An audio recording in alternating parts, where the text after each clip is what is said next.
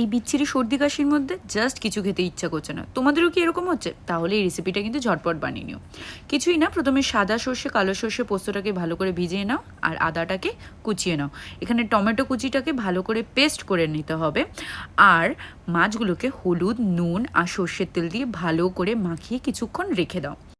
এরপর লঙ্কা আর সর্ষে পোস্ত বাটা হয়ে গেলে তেল গরম করে তার মধ্যে খুব সাবধানে এক একটা করে মাছ ভেজে নিতে হবে।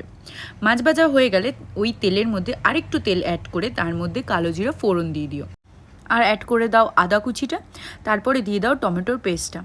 এবার একটু কষানো হয়ে গেলে তার মধ্যে হলুদ গুঁড়ো আর লঙ্কার গুঁড়ো আর নুন অল্প একটু দিয়ে তার মধ্যে লঙ্কা বাটা আর সর্ষে পোস্ত বাটাটা ভালো করে দিয়ে দাও। এখানে এখন আমি কোনো জল অ্যাড করিনি, একটু ভালো করে কষানো হয়ে গেলে তারপর গরম জল অ্যাড করে দিও। গরম জল ফুটে গেলে ভাজা মাছগুলোকে এক এক করে উপরে দিয়ে দিও। ব্যাস, এই রান্নাটা কিন্তু এখানেই শেষ। আর খুব কম উপকরণ আর খুব কম সময়ে এই রান্নাটা হয়ে যায় আর খেতে দারুণ লাগে। যদি ট্রাই করো তাহলে অবশ্যই জানিও।